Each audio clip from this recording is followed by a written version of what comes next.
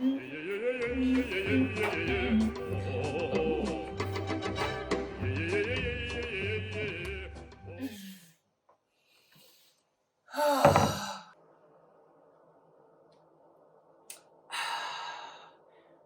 morning. Oh, good morning. It's self-care Sunday. Hydrate up. What are you doing? Wait! What? I promise I drank from the tap this time. What's wrong? You're drinking out of an old Solo cup. You left that there yesterday. There's water that's been sitting there for at least 8 hours. Leave it alone. Here, have a fresh cup. I swear, you annoy me.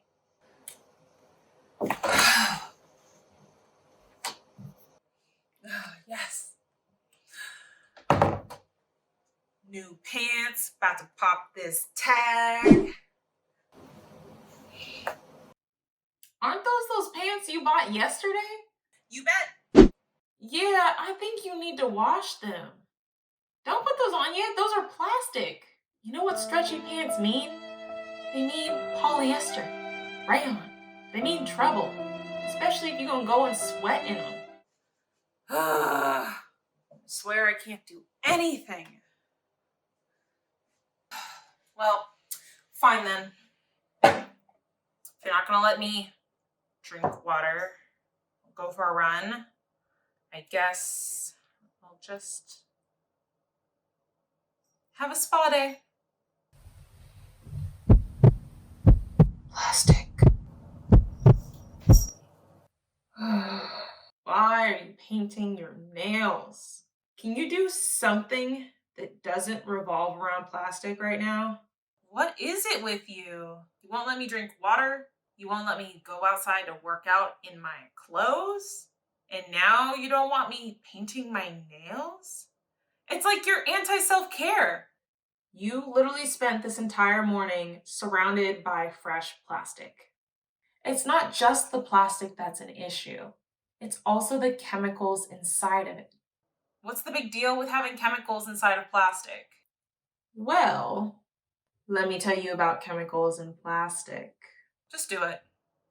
Just tell me what I need to hear. Fine. Chemicals are added inside of plastic to enhance the function, the longevity, the lifespan, even the aesthetics of the polymer. Examples include things like colorants or dyes that change the color of the plastic so it looks the way we want it to look, to things like antioxidants or UV inhibitors that prevent plastic from turning yellow and getting brittle before you're done using it. Nobody wants a broken down pool floaty when they're trying to swim in the ocean. Some plastic additives can also be the building block of the plastic. Plastic additives can be divided into those that are intentionally added into the plastic, like the antioxidants, the colorants, the ozonants, and those that are non intentionally added substances, such as reaction byproducts, impurities, and breakdown products that end up in our plastic. The number of different chemicals that belong to all of these classes of polymer additives can add up into the thousands. There are so many different kinds that you can use for each type. So every plastic that you come into contact with has a very different combination of those chemicals. However, a lot of these chemicals are not actually available for us to know about inside of each plastic because those are listed as trade secrets or consumer business information. Well, those sound like important chemicals to me. I want my plastic to last as long as it can while I'm using it. Nobody wants molding over plastic or brittle to the touch plastic. That sounds terrible. Well, the problem is that these chemicals don't stay associated to the plastic. They can leave and end up in our air, in our water, or even on our skin and in our body. They can leave the plastic through multiple different methods. And the rate of release is going to really depend on the plastic type and of the additives in question.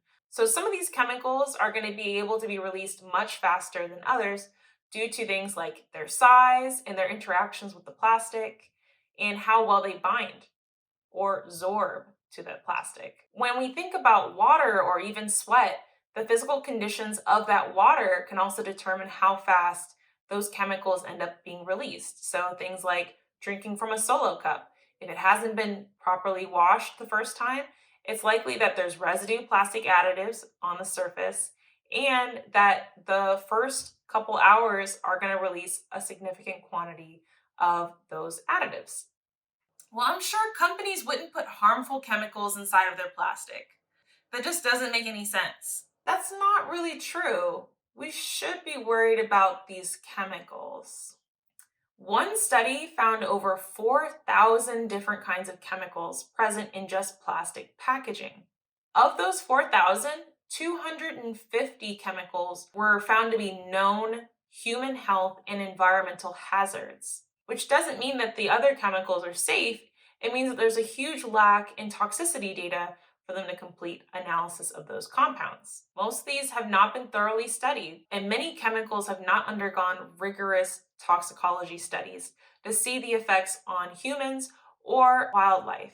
But we do know certain chemicals are problematic, including bisphenol A. Bisphenol A is known to be harmful to human health and possibly linked to things like cancer and reproductive issues. However, it's been replaced with other bisphenols that have still yet to be fully studied and might be actually more toxic than bisphenol A. We have a problem with chemicals associated to plastic, and it doesn't help that there's thousands of them for each different type of plastic that we're using. Not to mention that when you're studying an individual chemical, you're only getting a small fraction of the story. Perhaps when that chemical by itself is fine, but in an environment with multiple chemical mixtures, it could actually be more toxic to the body or to the environment.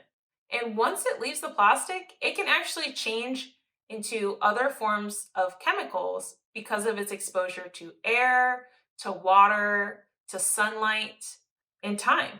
So I think it's safe to say that we should be a little concerned about the chemicals present in our plastic. Well, it sounds like it's in everything at this point, so there's no way to get around it. Might as well just keep doing what we're doing. I think everyone should just do their part to be a better informed consumer. That's just my take on it. And the less microplastics in the environment, the better. So let's just limit plastic and subscribe to my channel. Man, you make me proud and annoyed all at the same time. But you make a lot of sense. If you've enjoyed this video, please like and subscribe to my channel. If you have any other questions concerning water quality, chemicals in our consumer products, or microplastic pollution, please leave a comment below. Thank you for watching.